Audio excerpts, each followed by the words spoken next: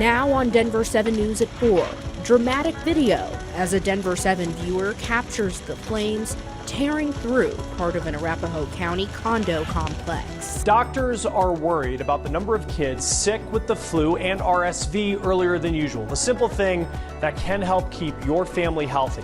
And shopping secondhand is getting even more popular. The growing number of big name brands starting to offer it as well. We start today with a weather action day. This is a live look west from here in downtown Denver. It's cloudy and cold, and we've heard there are raindrops or even snowflakes falling in many areas. But take a look at this. This is a live picture from a CDOT camera just east of the Eisenhower Tunnel near the Loveland Ski Area.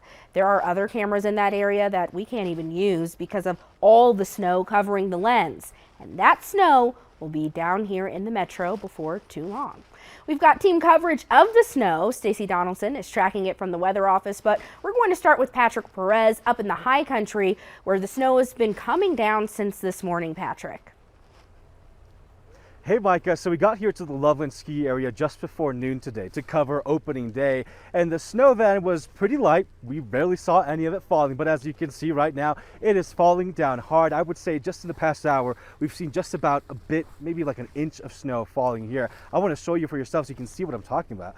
If you're familiar with this area, you'll know that over there is where that ski lift is that people get on. Well, hard to see with all the snow falling, but this is, in case you're seeing this, not stopping people from having some fun here on opening day. I mean, it is coming down. It's probably started coming down hard, I want to say since just about 3 o'clock here, but we're seeing multiple snowboarders, some skiers. I mean, this is just kind of the perfect weather conditions here to really enjoy some time on the slopes. Although the visibility, I would say, isn't so great. I personally am not a skier or snowboarder, so I would avoid this type of weather. But like I said, Micah, it is coming down here in the Loveland Ski Area. Since about 3 o'clock, it's been coming down really heavy, a lot heavier, I should say, since earlier this morning. So no doubt our drive back to Denver later this afternoon, once we're wrapped up here, is going to be a whole nother story. We're going to see how that turns out. But if you are driving on I-70, Micah, make sure you take precautions, because this is going to be a bit of a crazy drive here.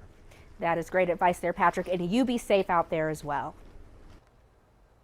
Well, Stacy, we're just starting to see some of that moisture Patrick is seeing down here on the plains. That's right. We have snow moving in from the west. This is what it looks like from a bird's eye view of where Patrick is at Loveland Ski Area. And like he said, the visibility not so great up in the high country as that snow continues to come down. And boy, it's cold out there. Temperatures have been in the 30s for much of our day here for the Front Range, 20s off to the west in the high country. We have a lot of moisture moving across the state. We have rain for the eastern plains out toward Lyman, and then we have snow in the high country and a rain-snow mix out near Grand Junction. But here in Denver, we kind of have that snow just sitting right off to the west coming this way. So we have some rain and some snowflakes here, mostly on the southwest side of the metro area, all the way up north toward Fort Collins. It's mostly rain at this point. Now we do have winter weather advisories, everything shaded in purple for the high country, 6 to 10 inches of snow possible. Even as we get into early tomorrow morning, that's when the advisory expires. And then a winter storm warning for 12 to 20 inches down through southwestern Colorado into tomorrow afternoon as that snow comes down. So as we go through the rest of tonight, you're going to be dealing with some moisture for your commute. Temperatures staying in the 30s. We'll have the rain changing to snow, but it looks like it'll clear out pretty quickly, and I'll have your forecast for tomorrow along with snow totals for our area coming up in a few minutes. All right, looking forward to it, Stacy. Well, we want to see the pictures and videos of the snow you take and post online. You can tag Denver7 when you post it, and you may see it on a later Denver7 newscast. Check out this video sent in by Denver viewer Oscar Martinez this afternoon. Now, this 2-alarm fire was at the Club Valencia condo complex on South Parker Road near Mississippi. South Metro firefighters did have to rescue some people from the inner part of the complex who were unable to get past the flames and smoke on their own, but all are expected to be okay. The cause of the fire is still under investigation.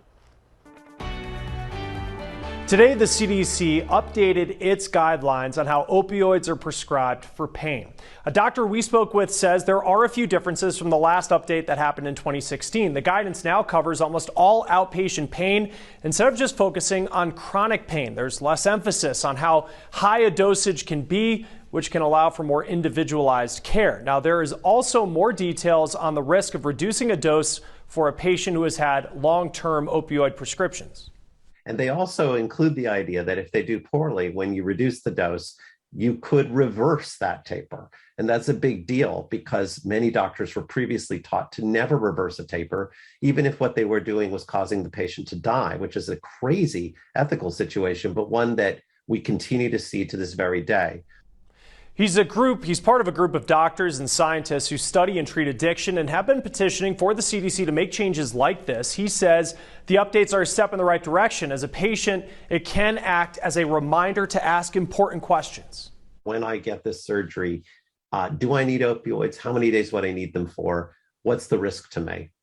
The other thing is for a growing population of Americans who are now on a medication for the treatment of opioid use disorder, which is called buprenorphine and various versions of that. You have to bring that up.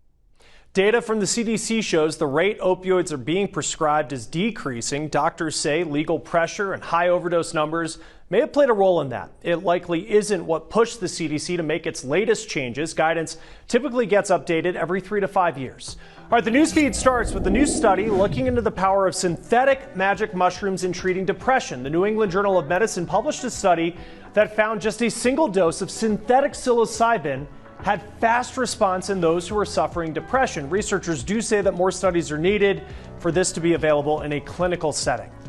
Now, being a caregiver for a family member or a friend, it's a physical job, and the CDC says more than a third of caregivers have arthritis. That's according to a new study. It can limit their ability to provide care, and the government is hoping that this study can lead to better access to treatment.